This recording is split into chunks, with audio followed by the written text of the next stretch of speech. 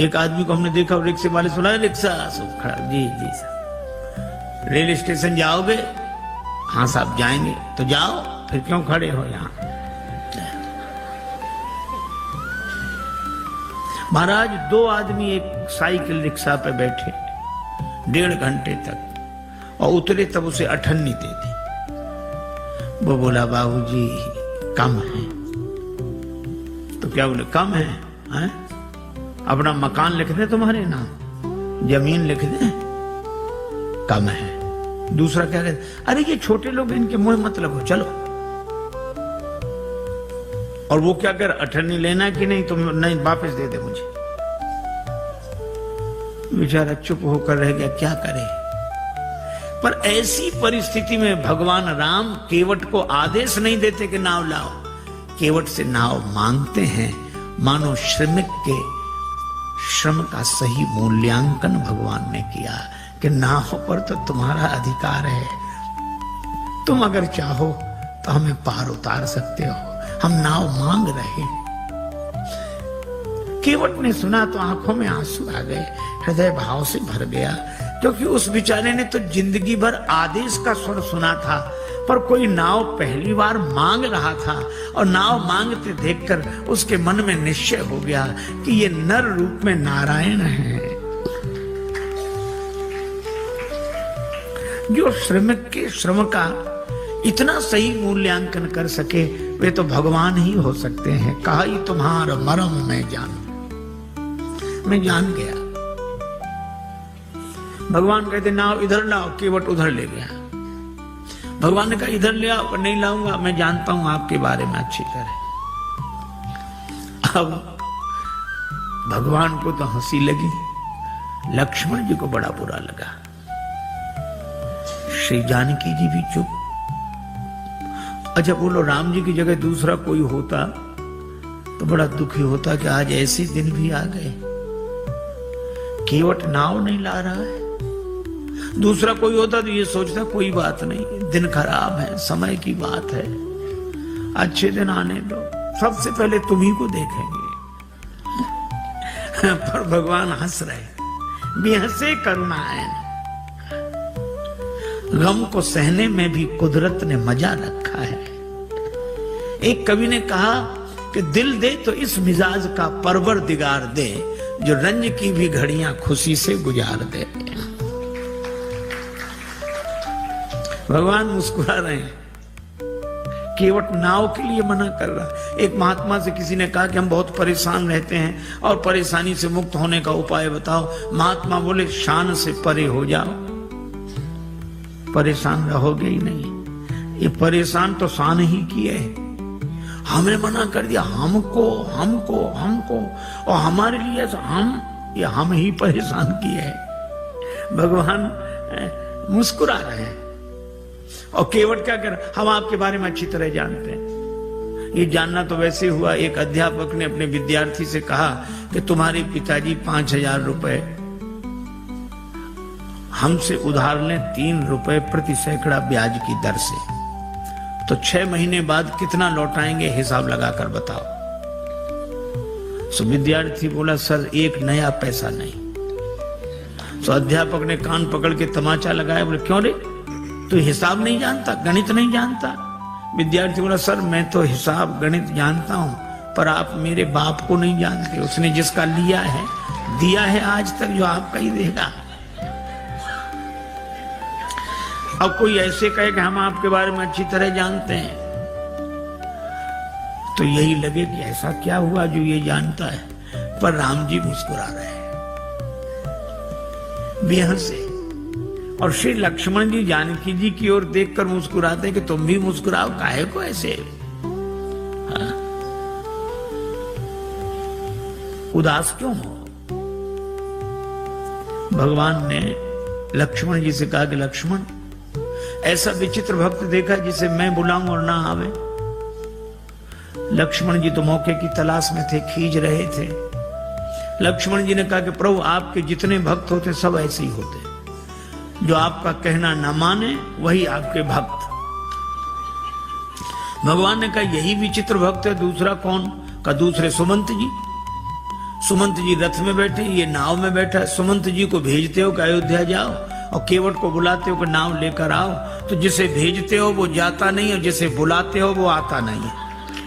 न ये कहना माने न वो कहना माने। और लक्ष्मण जी के इस व्यंग पर जानकी माता भी मुस्कुराई, राम जी को भी हंसी आई। पर राम जी ने कहा, लक्ष्मण, किसी दुकानदार का सगुन सवेरे सवेरे बिगड़ जाए, उधार मांगने वाला आ जाए, तो बेचारा क्या सोचता है कि कहां से कहां तुम सवेरे सवेरे आ गए, अब दिन भर उधारी का ही सामना करना पड़ेगा, सगुन बिगड़ गया। तो भगवान श्री राम जी ने कहा कि लक्ष्मण, इसी तरह मेरी यात्रा का सगुन बिगड़ गया। जब मैं चला तो वनवास केवल मेरे लिए हुआ था। 14 वर्ष राम वनवासी। लक्ष्मण तुम्हारा भी वनवास नहीं था, श्री सीता जी का भी वनवास नहीं था। तो मैंने तुम दोनों को मना किया कि नहीं कि हमारे साथ वन मत चलो? दोनों बोले हाँ किया तो था। राम जी बोले तो फिर आप दोनों ने हमारा कहना माना? दोनों बोले नहीं माना। राम जी बोले हम तभी समझ गए थे कि जब यात्रा के शुरू में ये हाल है, जब अपने घर के ही लोग कहना नहीं मान रहे तो आगे जितने मिलेंगे सब ऐसे ही मिलेंगे। पर भगवान ने कहा कि श्री लक्ष्मण और श्री जानकी जी से कि आप दोनों ने कहना इसलिए नहीं माना क्योंकि मेरे प्रति प्रेम है, प्रेम के कारण कहना नहीं माना। तो मुझे लगता है कि केवट भी प्रेमी ही होगा, वो भी कहना नहीं मान रहा। लक्ष्मण जी ने कहा इसमें प्रेम तो दिख नहीं रहा है। भगवान ने कहा केवट के जीवन में प्रेम का दर्शन है, प्रेम का प्रदर्शन नहीं है। जैसे हम लोगों का होता है, जो मिले उसी से, अरे आप तो हमें प्राणों से अधिक प्रिय हो। सच कह रहे हैं, प्राणों से अधिक प्रिय। और एक से नहीं कहेंगे, दूसरे से कहेंगे थोड़ी देर बाद फिर, अरे भैया प्राणों से ज्यादा प्रिय। दिन में 10-20 से कह देते प्राणों से अधिक प्रिय हो। ये तो भगवान की बड़ी कृपा है कि प्राण ये सुनकर नाराज नहीं होते। नहीं कहीं प्राण नाराज हो जाए कि हमसे ज्यादा प्रिय है तो इन्हीं को रखो, अब हम जा रहे हैं। कोई नहीं कहेगा। केवट के जीवन में प्रेम का दर्शन है। लक्ष्मण जी ने कहा कि महाराज इसका प्रेम तो आप ही समझो। अच्छा केवट क्या सोच रहा है? केवट जान गया है कि आप भगवान हैं, पर केवट कहता है कि आपको कोई रोक नहीं सका। जनकपुर वाले जनकपुर में नहीं रोक सके, आप अयोध्या आ गए। अयोध्या वाले अयोध्या में नहीं रोक सके, आप श्रृंगवेरपुर आ गए। और श्रृंगवेरपुर के राजा श्रृंगवेरपुर में नहीं रोक सके, आप गंगा जी किनारे आ गए। और अगर मैं भी आपको नाव में बिठाकर पार कर दूंगा तो फिर मेरी भी क्या हिम्मत जो मैं आपको रोक लूं। तो उपाय यही अच्छा है, ना नाव लाऊंगा ना पार करूंगा, अपने आप रुके रहोगे। कहा ही तुम्हारा मरम में जाना।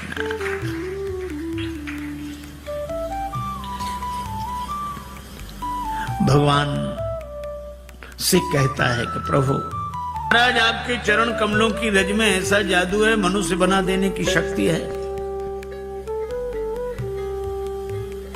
शिला को चरण छुला दिया, नारी बन गई। भगवान ने कहा तो शिला तो पत्थर की होती, तुम्हारी नाव कोई पत्थर की है? केवट बोला वाह महाराज, शिला तो देर में बनी होगी, ये तो लकड़ी तो पत्थर से कोमल होती है। पाहन ते बन बाहन काठ को कोमल है, जल खाई रहा है। ये तो और जल्दी बनेगी, पानी में पड़ी हुई लकड़ी और कोमल होगी। भगवान ने कहा क्या उपाय क्या है, क्या चाहते हो? केवट बोला हम क्या चाहते हैं, आप पार जाना चाहते हो कि नहीं? भगवान बोले हमें तो जाना ही। तो फिर ये कहो आप चाहते हो पार जाना? हाँ तो जो प्रभु पार अवसिगा चाहो, मोहि पद पदुम पखारन कहो। अपने चरण कमल धोने के लिए कहो। भगवान ने कहा कि वैसे काम नहीं बनेगा। केवट बोले कैसे बनेगा? ये नाव बनेगी नारी यहां गंगा जी किनारे, और जब नारी बनेगी तो घर में बैठेगी। लेकिन जब ये घर में बैठेगी तो घर में जो पहले से बैठी है वो, उसको तो लगेगा कि नहीं कि नाव नारी बन गई, वह तो सोचेगी नाव बेचकर दूसरा विवाह करके लाया। और महाराज घरनी घर क्यों समझाई हूं जू, उसको मैं कैसे समझाऊंगा? लक्ष्मण जी ने कहा हद हो गई, भगवान को समझा रहे और पत्नी को नहीं समझा सकते। केवट बोला महाराज अपने अपने अनुभव की बात है, भगवान को समझाना आसान है, बहुत कठिन है। राम जी खूब हंसे, लक्ष्मण जी भी हंस रहे हैं केवट की इन अटपटी बातों पर। भगवान बोले तो और कोई उपाय? एक उपाय है। क्या? यही घाट ते थोड़िक दूरी अहे कटिलों जल था दिखाई हो, जो थोड़ी दूरी पर कमर तक जल है, आराम से निकल जाओ। भगवान बोले वही ठीक, बताओ। केवट बोला वाह महाराज अभी सवेरा हुआ है, यात्रियों का आना जाना शुरू हुआ है, हम आपको वो जगह बताने जाएं सब देख लेंगे, हमारी नाव में कौन बैठेगा, रोजी रोटी का सवाल है, ऐसा नहीं। तो फिर आप दिन भर रुको, जब सूर्यास्त हो जाएगा सब लोगों का आना जाना बंद होगा, मैं जाके बता दूंगा, फिर रात को निकल जाना, चाहे सवेरे निकल जाना। भगवान बोले लक्ष्मण चरण धुलाना ही ठीक है, यहां कहां रुकेंगे? केवट कहता है कि चरण धोने के लिए कहो।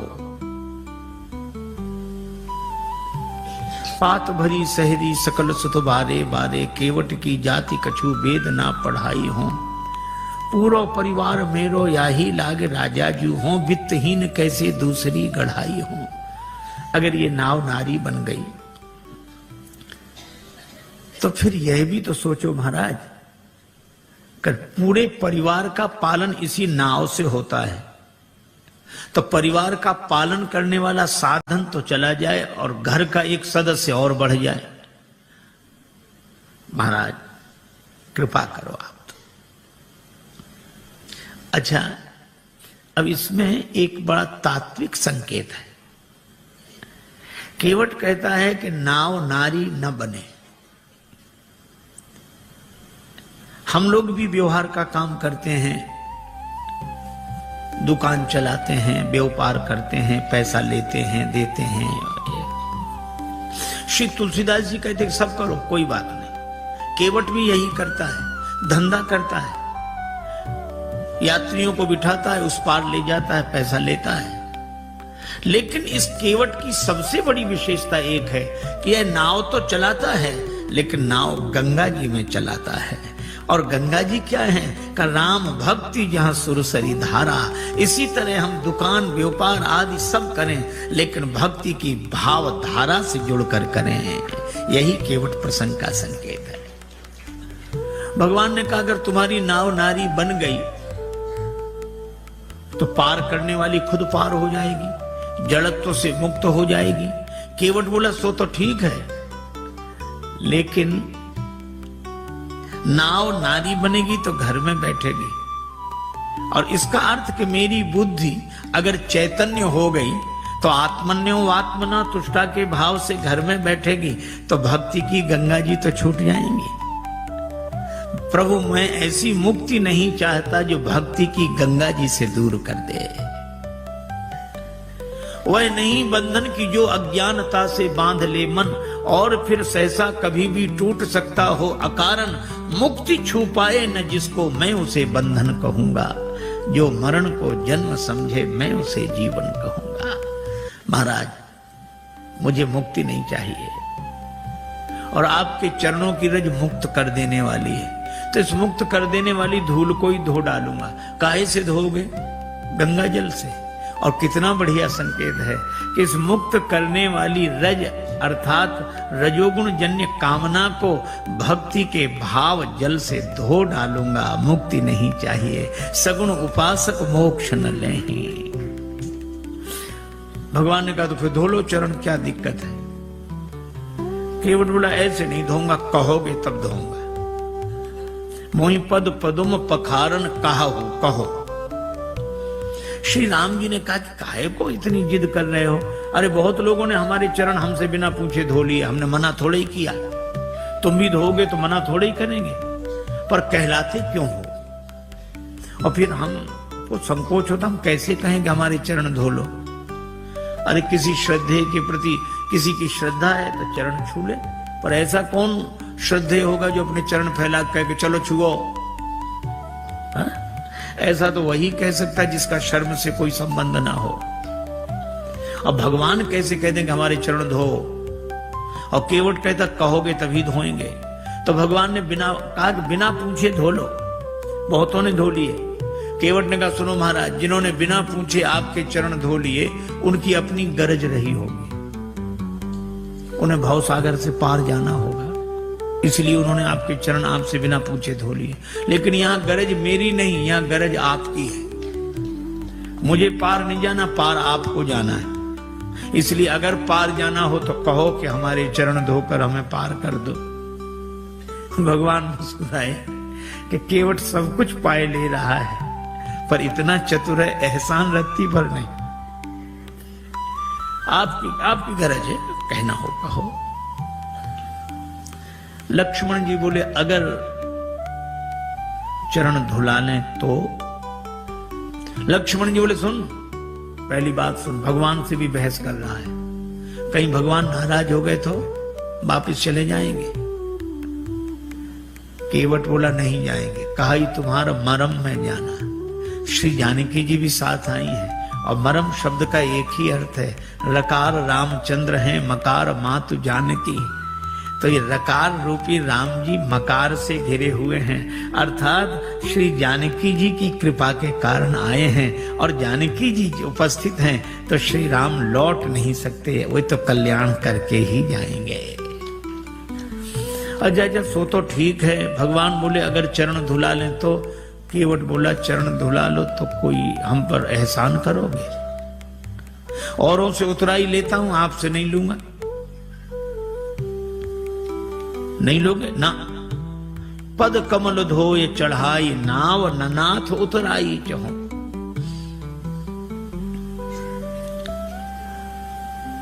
केवट का बेटा खड़ा था। बोले पिताजी ठहरो ठहरो ठहरो, इन्हें नाव में बिठाना ही मत।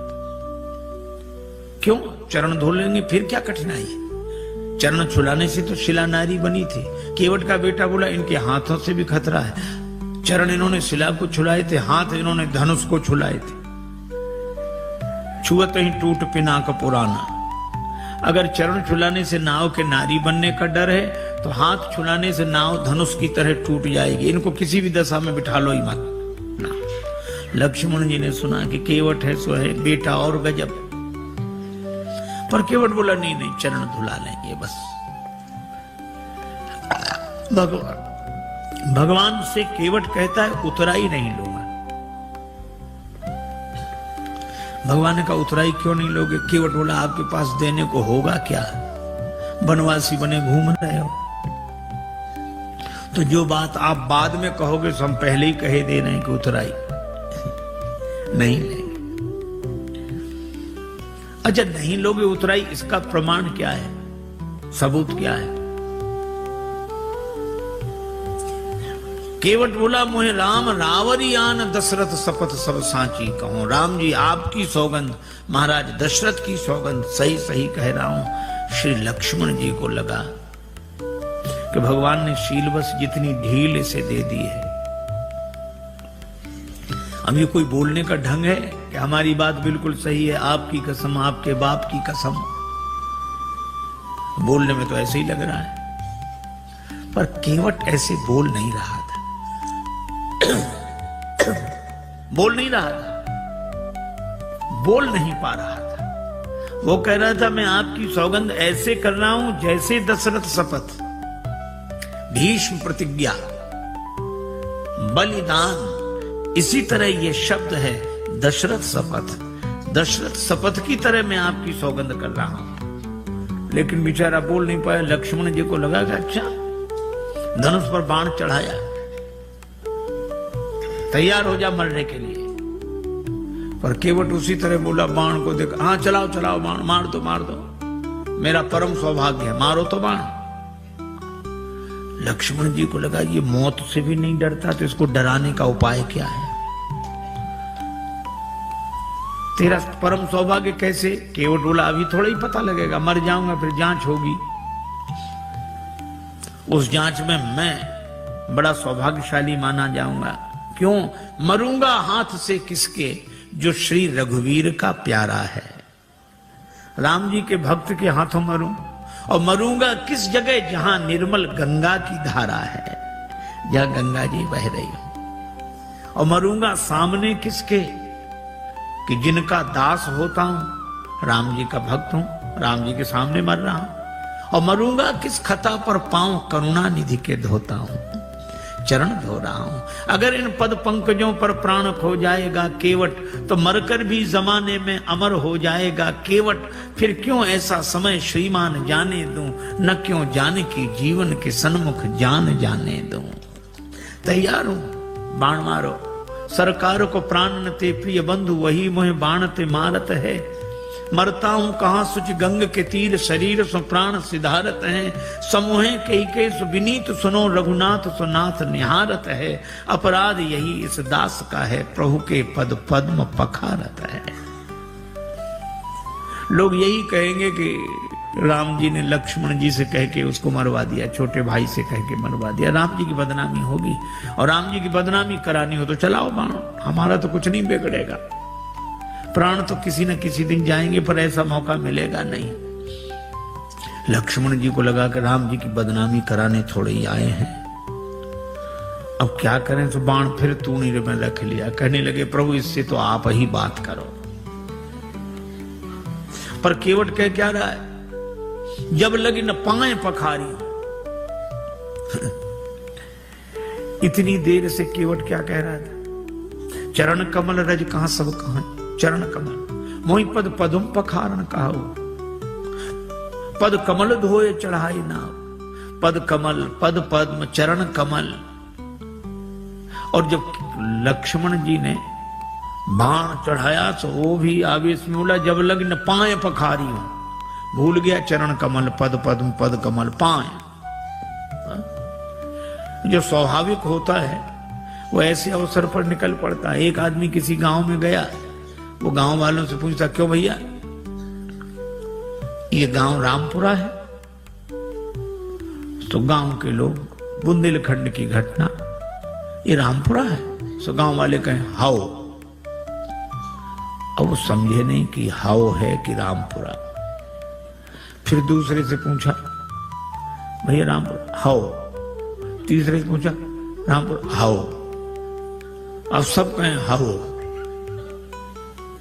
एक आदमी पढ़ा लिखा दिखा, उसने कहा कि भाई साहब ये गांव रामपुरा है? उसने कहा जी हाँ। हाँ अब समझ में आया, यहां सब लोग हाओ हाओ करते थे, आपने जी हाँ कहा। तो वो बोला कि जो बिना पढ़े लिखे लोग हैं वे हाओ हाओ करते हैं, और जो पढ़े लिखे हैं वे जी हाँ ऐसे बोलते हैं। अच्छा तो आप तो पढ़े लिखे होंगे? तो बोला हाओ। अब जो स्वाभाविक था तो निकल गया। अब लक्ष्मण जी को भी बड़ा अटपटा लगे, श्री सीता जी को भी, पर राम जी मुस्कुरा रहे। सुन केवट के बैन, प्रेम लपेटे अटपटे, बेहसे करुणा है। भगवान हंसते हैं। बात भले ही अटपटी हो पर प्रेम में लिपटी हो तो परमात्मा को प्रसन्न कर देती है। राजस्थान के एक छोटे से गांव में एक महात्मा गए, सत्संग हुआ। एक सत्संगी नित्य आते थे। एक दिन उन्होंने प्रार्थना की कि महाराज यहाँ से और ज्यादा इंटीरियर में हमारा छोटा सा गांव है, माँ आ नहीं सकती, उनको दर्शन देने चलो। महात्मा ने कहा ठीक चलते हैं। एक दिन गए, उस व्यक्ति ने मां से कहा, मां महात्मा आए प्रणाम कर। तो बुढ़िया श्रद्धालु तो थी, लेकिन अपने टूटी फूटी मारवाड़ी बोली में बोली, गुरुजी थारे खुर छू। अब एक तो गुरुजी को गोरू जी कह रही थी और चरणों को खुर। महात्मा को बड़ा अटपटा लगा। वे तो रोज चरण कमल सुनते थे, अब चरण भी कहती तो ठीक, पांव भी कहती तो ठीक, खुर। खुर तो पशुओं के होते हैं। तो महात्मा उसे प्रेम से समझाने लगे, माता जी ऐसे बोलती हो महात्माओं से, नरक जाओगी नरक। बुढ़िया इतनी सरल थी, वो ये भी नहीं जानती थी कि नरक क्या होता। उसको लगा कि महात्मा आशीर्वाद दे रहे हैं, सो हाथ जोड़ के कहने लगी, महाराज हमारा कहां भाग्य जो नरक जाए, नरक तो आप जैसे महापुरुषों को मिले हैं प्रभु। महात्मा खिलखिला के हंसने लगे। अरे ऐसी सरलता पर महात्मा क्या परमात्मा प्रसन्न हो जाते हैं। और भगवान दोनों की ओर देखकर मुस्कुरा रहे हैं। श्री राम जी का विवाह नहीं हुआ था, श्री लक्ष्मण जी युगल चरण धोकर चरणामृत लेते। विवाह हुआ तो बायां चरण श्री किशोरी जी, दायां चरण लक्ष्मण जी धोकर चरणामृत लेते थे। पर आज केवट न दायां की बात करा न बाएं की, मोहि पद पदुम पखारण कहो। तो भगवान मुस्कुरा कर देखते हैं कि तुम दोनों का अधिकार जा रहा है। बेहसे करुणायन और केवट की मांग की चौपाई एक ही। बहाने से भी बात नहीं बनी। एक के घर मेहमान आया, जाने का नाम ना ले। दोपहर का तो भोजन करा दिया, वो इतना कृपण कि शाम का भोजन न कराए। लेकिन मना कैसे करे। बेटे से बोला, मेहमान के पास जब बैठे हो तब आकर पूछना शाम के भोजन के लिए। बेटे ने कहा, पिताजी शाम को भोजन क्या बने। तो पिता मेहमान के बगल में बैठा था। पिता कहने लगे, शाम को फिर भोजन, अभी मेहमान के साथ तो हमने भोजन किया ही था, अब शाम को फिर भोजन करें, हम कोई राक्षस हैं? मेहमान से पूछ लो, मतलब मेहमान भोजन करे तो राक्षस है। बेचारे मेहमान ने भी कह दिया कि नहीं ठीक है, हो गया। बहाने में लोग बड़े चतुर। एक महात्मा किसी वृद्धा माता के यहां भोजन को गए, मैया ने सब भोजन परोस दिया, पंखा लेके बैठ गई। थाली में पीछे पापड़ रखे थे, पापड़ परोसना भूल गई। अब महात्मा का मन पापड़ पे जाए बार बार। मन का ये स्वभाव है, जो करोड़ों की चीज मिली हो तो उसे 2 कौड़ी की लगती है, 2 कौड़ी की चीज ना मिले तो करोड़ों की लगती है। उधर ही देखे, लेकिन मांगने में शर्म भी लगे और बुढ़िया को याद ना आवे। सो महात्मा बोले, मैया भगवान की बड़ी कृपा, आज जो आपका दर्शन हो गया। क्यों? रास्ते में बड़ा लंबा सांप मिला। सांप? हाँ, लंबा था बहुत। कितना लंबा महाराज? यहां से वो पापड़ की थाली रखी। बुढ़िया बोले, अरे महाराज पापड़ परोसना तो मैं भूल ही गई। महात्मा बोले, हम तो बता रहे थे कि सांप कितना लंबा था। तो कई बार बहाने से भी बात बन जाती, युक्ति से बना लेना चाहिए, लेकिन कई बार बहाने से भी बात नहीं बनती। एक के घर मेहमान आए जाए नहीं, और बेचारा घर वाला संकोची कुछ कहे नहीं। 5-7 दिन हो गए। एक दिन पति पत्नी से बोला कि देवी ये मेहमान तो जाता ही नहीं, कोई उपाय। पत्नी बोली, और खिलाओ पिलाओ और सम्मान करो, काहे को जाएगा वो। देखो देखो ये व्यंग मत करो, तो उपाय बताओ। पत्नी बोली, उपाय तो है 3 मर्ज, उपाय 1। बुखार हो, जुखाम हो, मेहमान हो। ज्वर जुखाम और पाहुना, ज्वर जुखाम और पाहुना, इनका एक उपाय, लंघन दे दो तान के फिर न वापस आए।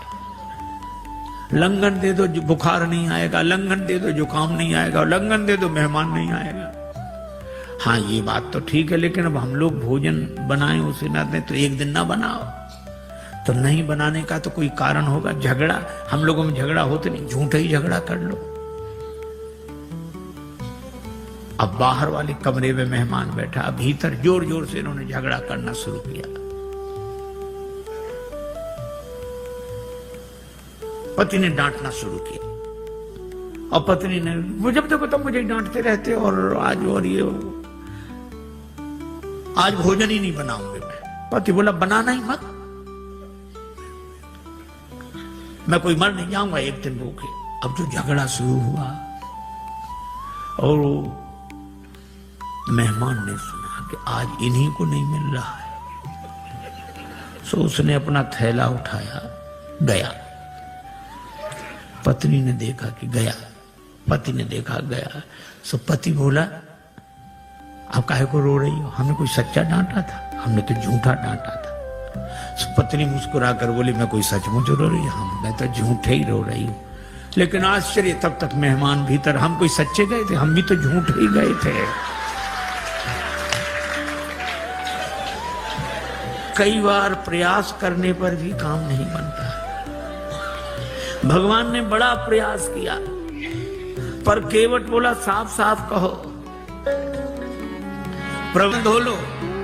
प्रेम पराधीन प्रभु की यह अभय वाणी सुनकर केवट गया, कठौते में जल भर लाया। आहा, उस दृश्य को आप देखें। कठौता एक ओर रख दिया, बाईं हथेली आगे बढ़ाई, श्री राघवेंद्र का दायां चरण रखा और कठौते से जल छोड़ दिया, लगा धोने। मन में तो यही भाव है कि ये वही चरण जिन चरणन ते निकसी सुरसरी। बड़े भाव से चरण धो रहा लेकिन पता नहीं लगने दे रहा। श्री लक्ष्मण जी ने कहा कि अच्छा केवट, बड़े भाव के कारण चरण धो रहे हो? केवट बोला नहीं नहीं सरकार, हम तो नाव के कारण चरण धो रहे हैं, भाव के कारण नहीं। भगवान एक पांव से खड़े हैं, केवट बैठा, देवता भी आश्चर्य कर रहे हैं कि ऐसे भक्त तो देखे जो भगवान के सामने एक पांव से खड़े रहे, पर ऐसा भक्त नहीं देखा जिसके सामने भगवान ही एक पांव से खड़े रहे। बड़ी देर हो गई, भगवान ने कहा केवट चरण धुल गए? केवट बोला हाँ महाराज धुला तो, लेकिन तब तक भगवान ने चरण नीचे रख दिया। केवट बोला गड़बड़ी कर दी, चरण गीला था, पहुंच तो लेने देते मेरी इस फटी दुपटी से, आपने पहुंचने नहीं दिया, गीला चरण धरती में रखा, धूल लग गई, दोबारा धोना पड़ेगा। लक्ष्मण जी बोले हो चुके पार, चरण तो गीला रहेगा ही, इसमें धूल लगे इसे धुलाओ, उसमें लगे तो उसे धुलाओ, पर चरण ही धुलाते रहो, कभी दायां कभी बायां कभी। भगवान ने कहा रुको रुको, केवट से पूछने दो। केवट हम कब तक ऐसे ही खड़े रहे? केवट बोला सुनो सरकार, गौतम तीय तारण अधम उदाहरण है, प्रेम से पगों को पखारन मोह दीजिए, और धोए चरण को बिनु पहुंचे धरनी में धरो, लागी रज फेर भ्रम दुगुन ना कीजिए। दोबारा मेरे भ्रम को उत्पन्न न करें। और रेखन में जड़े कण केते देख देख धोऊं। भगवान बोले हम एक पांव से कब तक खड़े रहें? आप एक पगते खड़े याते न खीजिए। जिन विचार जो एक ही पांव होता वे भी तो किसी का सहारा लेकर खड़े रहते हैं, वृक्ष का, डाली का, किसी आदमी का, लाठी का। भगवान बोले यहां कोई सहारा हो तो बताओ। केवट बोला है, चाहो अवलंब तो विनीत जू, विलंब बिनु नाथ मेरे माथ पे सो हाथ धर लीजिए। भगवान कहते हैं कि देखो कैसी चतुराई है। लोग कहते हैं हमें सहारा मिल जाएगा अगर हमारे माथे पे हाथ रख दोगे, पर केवट कहता हमें नहीं, अगर आपको सहारा चाहिए तो हमारे माथे पे हाथ रखो। भगवान ने केवट के माथे पर हाथ रखा तो बरस सुमन सुर सकल सिहाही, यही सम पुण्य पुंज को नहीं। चरण धुले। भगवान ने कहा भैया चरण तो धुल गए, हाँ तो अब पार करो। केवट बोला अभी नहीं, आपके लिए घाट का नियम थोड़ा ही तोड़ दूंगा। नियम क्या है? जो पहले आते हैं उन्हें पहले पार करता हूं, बाद वालों को बाद में। भगवान ने कहा तो हम ही तो आए यहां पहले, और पहले से कौन है जो पार ना होगा हो? हमें तो नहीं दिखाई दे रहा। केवट बोला अगर आपको दिखाई पड़ ही गए होते तो पार ही ना हो गए होते। कौन है? हमारे पूर्वज। तो तुम्हारे पूर्वजों का उद्धार कैसे होगा? केवट हाथ जोड़कर बोला जैसे महाराज भागीरथ के पूर्वजों का उद्धार हुआ। महाराज भागीरथ के पूर्वजों के उद्धार के लिए गंगा जी का जन्म ब्रह्मा जी के कमंडल में हुआ, और आज मेरे पूर्वजों के उद्धार के लिए गंगा जी का जन्म मेरे कठौते में हुआ है। पद पखारी जलपान करी, आप सहित परिवार पितर पार करी, प्रभु पुण्य मुदित गए उले पार। पितरों को पहले पार किया। ये देखो प्रसंग कितना सुंदर संकेत करता है। श्रद्धा से एक शब्द बना है श्राद्ध। हम लोग उनका भी श्राद्ध करते हैं जो हमारे पूर्वज अब शरीर में नहीं है। पर एक व्यक्ति मरा, उसके 2 बेटे, मां बहुत कहेगा कुछ करो, बेटे कहते हम इस सब में विश्वास नहीं रखते, क्या फायदा, इससे क्या फायदा। मां ने एक दिन कहा कि पिता की अस्थियां गंगा जी में ही छोड़ आओ, 16 किलोमीटर दूर है, इससे क्या फायदा। मां बोली कि तुम विश्वास नहीं करते, पर जिनकी अस्थियां हैं वे विश्वास करते थे। छोटा बेटा बोला ठीक है हम चले जाएंगे। साइकिल से गया, थैले में पिता की अस्थियां लेकर 12 किलोमीटर दूर गया। एक नाला बह रहा था, कहां जा रहा, 4 किलोमीटर बाद गंगा जी मिल जाता है। बेटे ने सोचा नाला जा ही रहा, हमारे जाने की क्या जरूरत, वहीं छोड़ दी पिता की अस्थि। लौट आया, मां ने कहा क्यों, पहुंच गई होंगी। रात्रि को उस व्यक्ति ने स्वप्न दिया कि ऐसे मूर्ख बेटे को भेजा, हमारी अस्थियां नाले में डालकर आ गया। मां ने बेटे को बुलाकर डांटा, क्यों रे पिता की अस्थियां नाले में डाल आया। बेटा बोला तुमसे किसने कहा, तुम्हारे पिताजी आए थे रात को सपना देने। तो भी उसने अपनी गलती स्वीकार नहीं की। बोला पिताजी का तो जिंदगी भर दिमाग खराब रहा, मरने के बाद भी पागलपन गया नहीं है। मां ने डांट कर कहा क्या पागलपन है। बेटा बोला 12 किलोमीटर इधर लौटकर सपना देने तो आ सकते थे, 4 किलोमीटर उधर नहीं जा सकते थे। यह हाल है। आज रक्त के संबंधों का पहले जैसा अर्थ नहीं है। आज रक्त के संबंधों का पहले जैसा अर्थ नहीं है। तर्पण भी मिल ही जाएगा, ऐसी भी कोई शर्त नहीं है। लेकिन केवट का प्रसंग हमें सिखाता है, पितर पार करी प्रभु पुण्य मुदित गए लई पार। और भगवान के चरण कमलों को देखकर गंगा जी भी हर्षित हैं। इन्हें तज ब्रह्म कमंडल में अटकी रही भटकी शिवशीष वर्ष केते बिताए हैं। और जो चरण छूट गए थे केवट ने वही चरण फिर आ मिलाए हैं। केवट ने भगवान को नाव में बिठाया। अब कह रहा है गंगा जी की बालुका में पहले श्री सीता जी, फिर श्री राम जी, फिर निखात राज गुह, फिर श्री लक्ष्मण जी। केवट ने उतरकर दंडवत किया, चरण पकड़े। लक्ष्मण जी बोले वाह, उस तरफ तो अकड़ रहे थे, इधर तो चरण पकड़ रहे। केवट ने कहा वो तो घाट घाट का तरीका है, उधर पार नहीं किया था तो अकड़ कर रोक सकते थे, अब तो पार कर दिया तो चरण पकड़ कर ही रोक सकते हैं। पर भगवान को लगा कि इसे कुछ दिया नहीं। लक्ष्मण जी बोले क्या बात है। प्रभु राम जी बोले इसे कुछ दिया नहीं। अरे और क्या देंगे। कठिनता से चरण धोकर मिले कुछ बिंदु विधि हर को, वो चरणामृत स्वयं केवट के घर जाकर लुटाते हैं। ब्रह्मा जी को जो अवसर मिला, शंकर जी को और जनक जी ने जो अवसर पाया, ये केवट को भी वही मौका मिला। और क्या दोगे। भगवान बोले धीरे बोलो लक्ष्मण, ने उतराई की कौन कहे, चरण धुलाई भी देनी पड़ेगी। चरण भी तो हमने अपने मतलब से ही धुलाए थे। लेकिन दें क्या, कुछ है नहीं। कितना अद्भुत है यह प्रसंग। श्री जानकी जी पिय ही की सी जान निहारी, मन मुंदरी मन मुदित उतारी। मन मुद्रिका उतार कर प्रभु को दी, आप दे दो उतराई। राम जी सोच रहे हैं कि हमारे हाथ में कुछ है नहीं, केवट को दें क्या। पर श्री जानकी जी ने मन में सोचा और कहा कि प्रभु, मन ही मन कहा कि प्रभु आपके उस हाथ में नहीं, इस हाथ में तो है। श्री राम जी ने कहा कि तुम्हारा हाथ मेरा हाथ कब से हो गया। श्री जानकी जी ने कहा कि प्रभु जब से मेरे पिता ने मेरा हाथ आपके हाथ में दे दिया, उस दिन से मेरा हाथ आपका हाथ हो गया। उतार कर अंगूठी दी। यह आदर्श दाम्पत्य प्रेम का अनुपम उदाहरण। आप कल्पना करो, आज की परिस्थिति में अगर ऐसा होता, कोई घर छोड़कर वन में होता और साथ में पत्नी होती और उसे कुछ देना होता, तो बेचारे पति को ही कहना पड़ता कि ओ ऐसा है, वो पति ने हाँ बोलो, क्या बात, बोलो बोलो, क्या ये अंगूठी।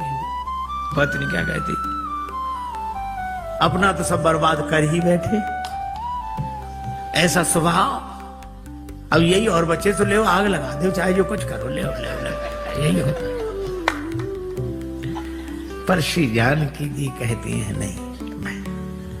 या कोई दूसरी भावना वाली देवी होती तो वो कहती अरे ये क्या देंगे, लो हम देंगे, केवट ले। पर श्री जानकी जी यह नहीं करती, राम जी को देती, प्रभु आप दे दो। भगवान ने कहा केवट उतराई ले लो, कहे कृपालु ले हो उतराई, केवट चरण गहे अकुलाई। महाराज नहीं चाहिए। भगवान ने कहा क्यों नहीं चाहिए? क्या तुम्हारे मन में इच्छा नहीं थी? इच्छा थी तब मिल नहीं रहा था, और अब मिल रहा है तो इच्छा नहीं। भागती फिरती थी दुनिया जब तलब करते थे हम, और छोड़ दी हमने तलब तो अब बेकरार आने को है। अच्छा तो तुम्हारे मन में इच्छा क्यों नहीं रही? केवट बोला मैं आपसे मांगने के लिए तैयार खड़ा था कि कहां तक औरों के सामने हाथ फैलाता रहूंगा। राम जी से मांगूंगा तो फिर और किसी से मांगना नहीं पड़ेगा। मैं आपसे मांगने के लिए तैयार खड़ा था। भगवान ने कहा फिर हम बिना मांगे अंगूठी दे रहे हैं, क्यों नहीं दे रहे हो? केवट बोला मेरा विचार बदल गया। कहा क्यों? आपने आते ही नाव मांगी नाव। केवट बोला ये सुनते ही मेरा विचार बदल गया कि जो मुझसे ही मांग रहा हो, अब मैं उससे क्या मांगू? वह तो बहुत बड़ा है जिससे आप कुछ मांगते हो, लेकिन दीन बंधु वह कितना बड़ा है? वह तो बहुत बड़ा है जिससे आप कुछ देते हो, पर वो कितना बड़ा जिससे आप भी कुछ मांगते हो। मांग कर बड़ा बना दिया है, दे दोगे तो छोटा बन जाऊंगा, बड़ा ही रहने दो। नहीं, भगवान ने कहा ये देने लेने की बात क्या, मजदूरी दे रहे हैं हम तो। केवट ने कहा मजदूरी हम उनसे लेते हैं जिन्हें हम पार करते हैं, जिन्हें हम पार करते हैं उनसे मजदूरी लेते हैं।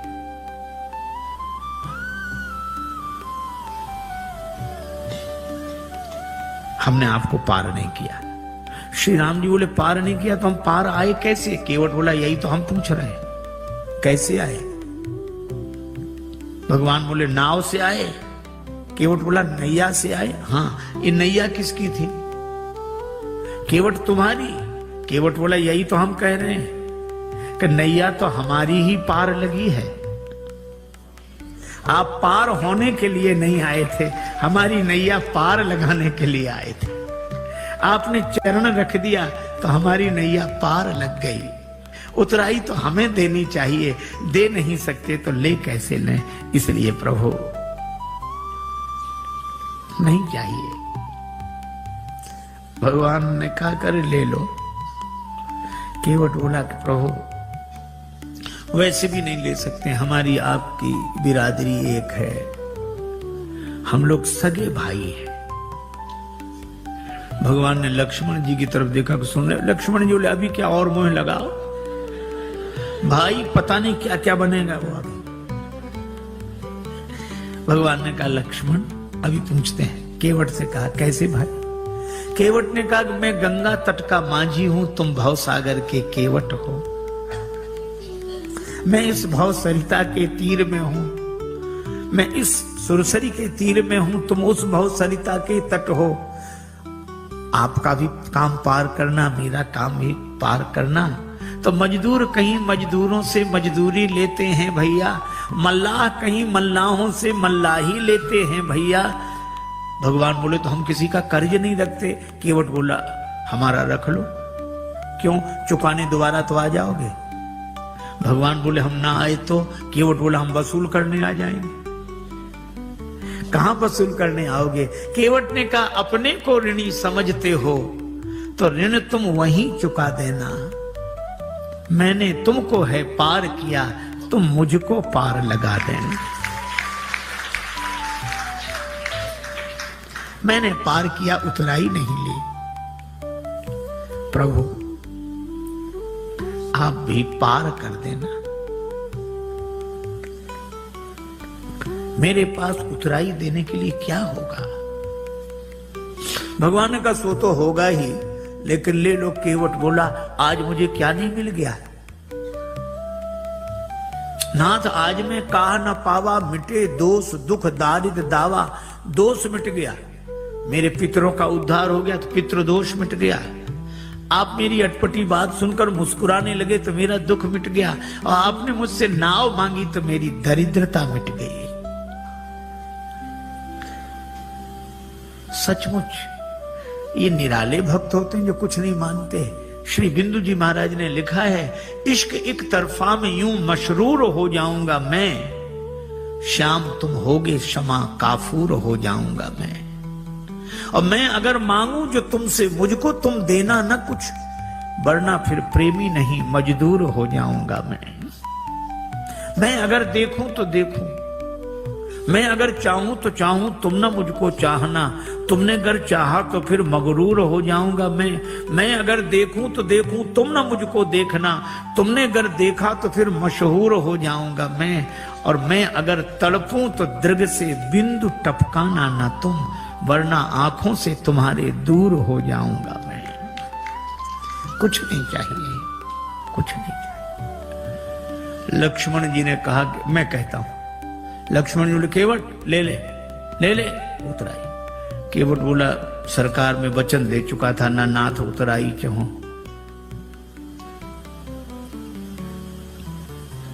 लक्ष्मण जी बोले, भगवान को भी वचन का प्रवचन दिए जा रहा है, ले ले उतराई, ले ले ले ले। केवट ने हाथ जोड़कर कहा, छोटे सरकार, हमारा वचन आपके बाण की तरह नहीं है जो धनुष पर चढ़ तो जाता है और फिर उतर जाता है। लक्ष्मण जी बोले, ये वचन कौन सा बाण से कम है? प्रभु आप ही बात करो इससे।